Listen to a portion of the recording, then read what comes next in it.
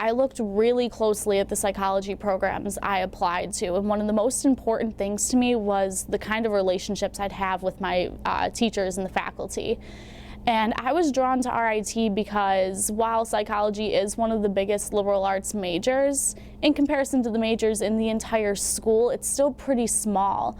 So I have fantastic relationships with all of my professors. I came over here to the College of Liberal Arts. I took up economics and I loved it. The reason why I became an engineer the first time was just because a family member of mine, he was just like, hey, you can make a lot of money being an engineer. So I was like, all right, let's make a lot of money.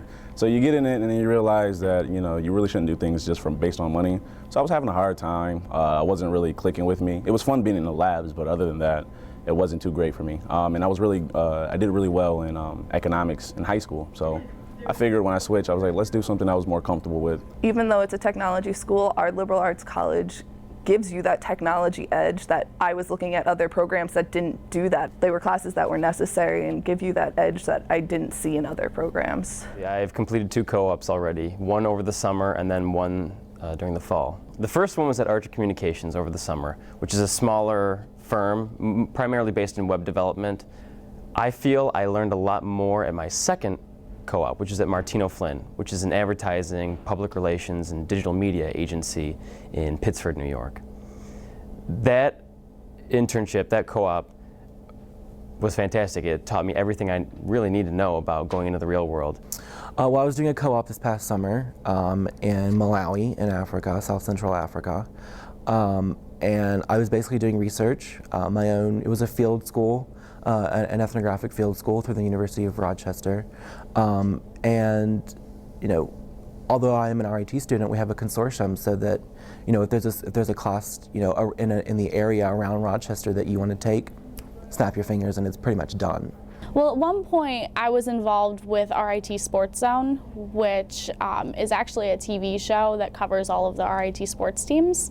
That was a really cool opportunity. It's definitely one of the more interesting parts of RIT. It got me to come out of my shell a little bit because I wasn't so used to doing something in the journalism field. One thing I picked up from RIT was playing League of Legends, right? So I mean, yeah, that's sometimes it's time consuming. You gotta learn how to balance. But just a whole bunch of clubs. Like if you think about it, there's a club for it, or you can make a club for it. One of the greatest things I've ever done is a study abroad.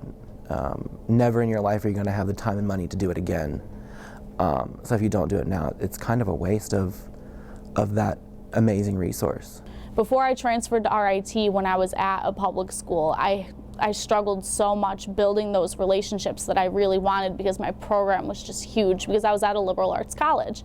And there's nothing wrong with that. Some people like that. I wanted a smaller, more intimate class setting. Most of my psychology classes have no more than 20 or 24 people in them, which I think is fantastic because then my teacher knows my name, knows who I am, and not just that, they know everybody's name. Co-op was great, my classes are excellent. I can't recommend the professors highly enough.